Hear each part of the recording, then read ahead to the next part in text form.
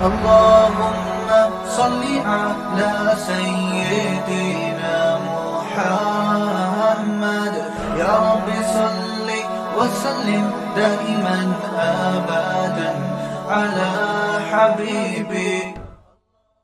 دل کو دو چیزوں سے پاک کرنا ہے، پیسے کی محبت اور عزت. تکبر جسے کہتے ہیں، بڑا بننے کا شوق چھوڑو یار. جتنی عزت بنتی ہے نا اتنی اللہ ویسے ہی دے دیتا ہے. خود سے عزت حاصل کرنے کی کوشش مت کرو مصنوعی طریقے سے کہ لوگ مجھے عزت دیں. نا نا نا نا نا. اللہ کو تواضع پسند ہے. آپ کا جو مقام اللہ نے عطا فرمایا ہے، آپ یہ سمجھو کہ میں اس مقام کے لائق نہیں تھا، تو اس سے انسان میں تواضع رہتی ہے. آج مقام چھوٹا ہوتا ہے، سمجھتا ہے کہ میرا مقام ہونا وہاں تک چاہیے تھا.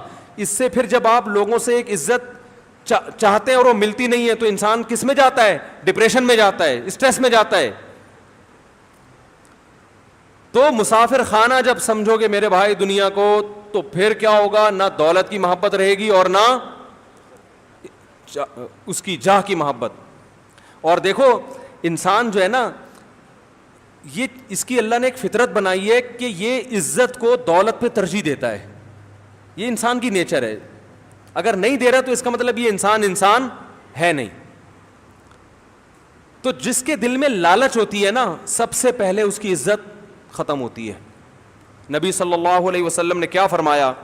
آپ صلی اللہ علیہ وسلم نے فرمایا جو سخی ہے وہ اللہ کے بھی قریب ہوتا ہے، لوگوں کے بھی قریب ہوتا ہے اور جہنم سے دور ہوتا ہے. یعنی اللہ بھی محبت اور لوگ بھی کیا کرتے ہیں؟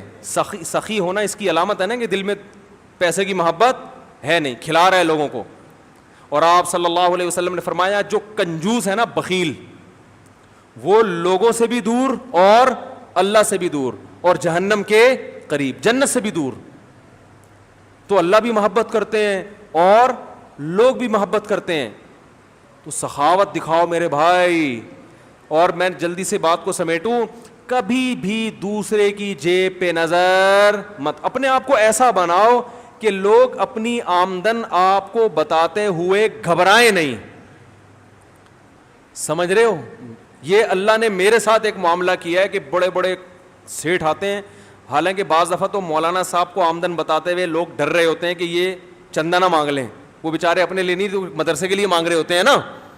میرے ساتھ اللہ کا معاملہ ایسا ہے، مجھے لوگ آمدن بتانے میں ہچکچاتے نہیں. آگے بتا رہا ہوں اصل میں یہ ہے، اتنا کماتا ہوں روز. ان کو پتا ہوتا ہے انشاءاللہ مولانا صاحب کی ہماری جیب پہ نظر. علماء تو ظاہر ہے کسی کی جیب پہ اپنے لیے تو کرتے نہیں نا، اپنے مدرسے کے لیے کر رہے ہوتے ہیں، مسجد کے لیے کروا دو. تو ہمیں وہ بھی نہیں کرتا میں، کیونکہ ہمارے حضرت نے نا اس معاملے میں ہمیں ایسا بنا دیا. انہوں نے کہا کہ لوگوں کی کو بالکل مایوس کر دو اور لوگوں سے بالکل مایوس ہو جاؤ. چندہ کرنا ہے کھلے عام اعلان، تاکہ جو آدمی کرنا چاہے کر لے. بھائی کھلے عام. ابھی ہم نے راشن کے لیے چندہ کیا نا، بتایا تھا بھائی اب کسی اسپیسیفک کسی خاص آدمی کو میں نے فون نہیں کیا. میرے جان پہچان والوں میں کروڑ پتی تاجر ہیں، ایسے تاجر بھی ہیں کہ آپ کے ہوش اڑا دوں. ان کے میں بتاؤں کہ کتنا کماتے ہیں وہ. ایک تاجر آئے تھے ملنے کے لیے، پوری فیکٹری چلا رہے ہیں وہ. انہوں نے کہا کہ مفتی صاحب میرا ناشتہ اسپین سے آتا ہے. سمجھ رہے ہو؟ اسپین کا پنیر اچھا ہے. پنیر کہاں سے منگواتا ہوں؟ وہ آئے تھے میرے پاس کہ یار کوئی رشتہ بتا دیں. میں نے کہا میں تو رشتے مشتے کراتا نہیں بھائی. صحیح ہے نا؟ اب ان سے گپ شپ ہو گئی تو میں نے کہا ویسے بائی دا وے کس قسم کا؟ انہوں نے کہا اس قسم کا. انہوں نے کہا میرے پاس اللہ کا دیا پیسہ بہت، تو غریب لڑکی میرے ساتھ چل نہیں سکتی. ایسی ہو کہ میں جب موڈ ہوتا ہوں تو سوئٹزرلینڈ چلا جاتا ہوں، فلاں جگہ چلا جاتا ہوں. پھر انہوں نے اپنے اثاثے بتائے. میں نے کہا یہ تو ہٹو بچوں ہو گیا. اور جوان آدمی 30 سال کی عمر میں اتنا پیسہ. تو میں نے کہا یار میں آپ سے زیادہ مالدار ہوں. ہم تو اللہ کا شکر ہے، احساس کمتری تو اللہ کا فضل ہے، کبھی الحمدللہ مبتلا ہوئے ہی نہیں. کبھی کسی کو دیکھ کے میرے ذہن میں ابے اللہ نے اتنا پیسہ دے دیا، یار طارق صاحب یہ کیا ہے یار، یہ کیا ہو رہا ہے. لوگ یہ سوچتے ہیں نا، اپنی چیزیں پھر آدمی کو عجیب سی لگتی ہے نا. ہم نے ایسا خاندانی کام کیا، کوئی پیسے کی شو مارے تو فوراً ایک جواب دیتا ہوں. میں نے کہا بیویاں کتنی ہیں؟ ایک. میں نے کہا یہاں سے پیسہ ہے سوئٹزرلینڈ اسپین سے، وہ اسپین سے تمہارا پنیر آ رہا ہے، شہد سوئٹزرلینڈ سے آ رہا ہے، بیویاں کتنی ہیں؟ ایک. تو وہ کہتے ہیں آپ کی. میں نے کہا 3.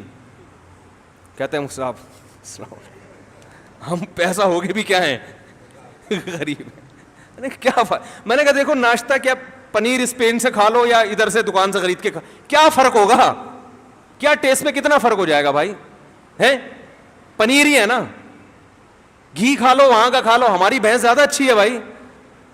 تو کھانا کتنا کھا لے گا؟ تو آج کل تو اللہ نے غریب کو بھی سب کچھ دیا ہوا ہے کھانے کے لیے. میں نے کہا یہ کیا ہے؟ جہاز میں بیٹھ کے وہاں چلے گئے. میں نے کہا کیا, تو ہمیں بھی جب جانا ہوتا ہے جہاز میں چلے جاتے ہیں, نہیں تو ٹرین میں چلے جائیں گے, نہیں تو آدمی بس میں چلا جائے. کیا ہے یہ؟ تو خیر اب دیکھو کیا ہوگا ان کے ساتھ, اللہ ہی بہتر جانے. تو بتاتے ہوئے لوگ مجھے الحمدللہ ان کو ڈر نہیں لگتا. تو ہم نے چندے کا بھی جب اعلان کیا نا, جو راشن کے لیے, ایک یوٹیوب پہ اعلان چلا دیا. کسی خاص فرد کو میں نے نہیں کہا کہ بھائی آپ نے کہا تھا کہ آپ کا ناشتہ اسپین سے آتا ہے, ٹھیک ہے نا, تو ہمارے محلے میں 3 گھرانے ہیں جن کو راشن کی شدید ضرورت ہے. اسپین سے جب آپ ناشتہ منگوا سکتے ہو تو 3 گھروں میں راشن نہیں ڈال سکتے؟ وہ راشن تو 3 کے بجائے 300 میں ڈال دے گا, 300 گھروں میں, لیکن بولے گا مفتی صاحب کو پیسے بتا کے مجھ سے بہت بڑی غلطی. اب محلے میں جو بھی غریب ہوگا کس کے کھاتے میں ڈالا جائے گا؟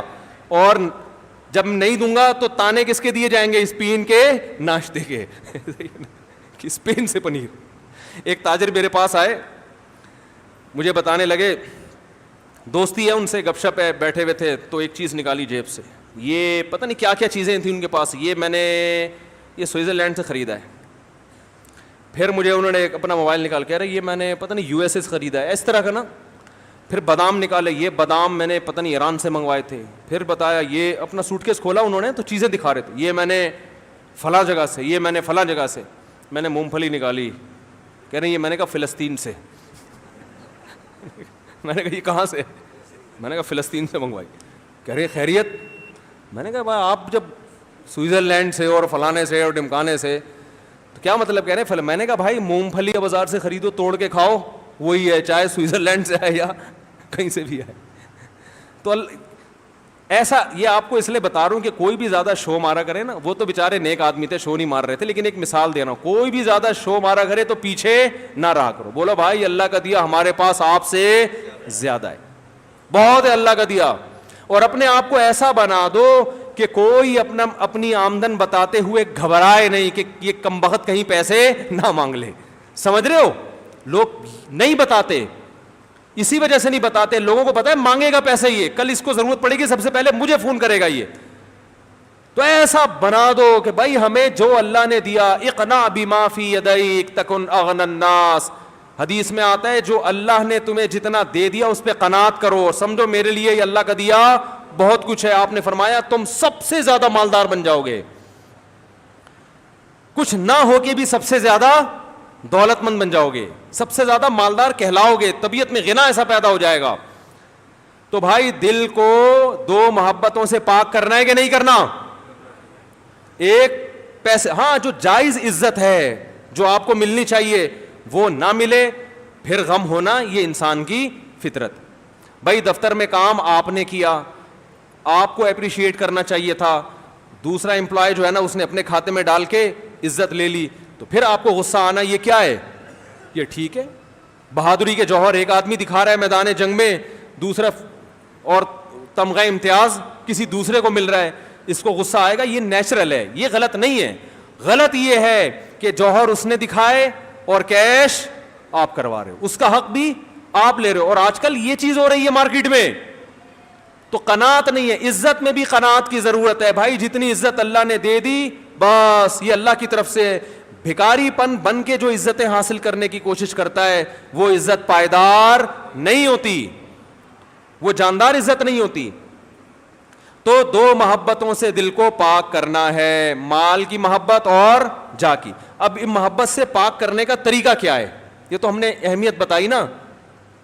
طریقہ یہ ہے کہ جس چیز سے ہوس ہے نا اسی کو خرچ کرنا شروع کر دو. دیکھو علماء کہتے ہیں جس سے آپ کو حسد ہوتا ہے نا, حسد جلتا ہے نا دل اس کی تعریف سے. ارے کسی سے جیلسی ہے, آپ اس کے پاس دولت دیکھ کے کیا ہو رہے ہو؟ جل رہے ہو. اس کی تعریف سنی نہیں جاتی آپ سے, تو تو آپ اسی کی تعریف کرنا شروع کر دو لوگوں کے سامنے, اپوزٹ چلو, اگینسٹ چلو, تو اس سے کیا ہوگا, آپ کے دل میں وہ نفرت کے جذبات ختم ہو جائیں گے. سمجھ میں نہیں آ رہی بات؟ ایک آدمی کو ڈر لگتا ہے اندھیرے سے, تو اس کا حل کیا ہے کہ اندھیرے میں نہ جائے, اس کا حل ہے کہ اندھیرے میں جائے.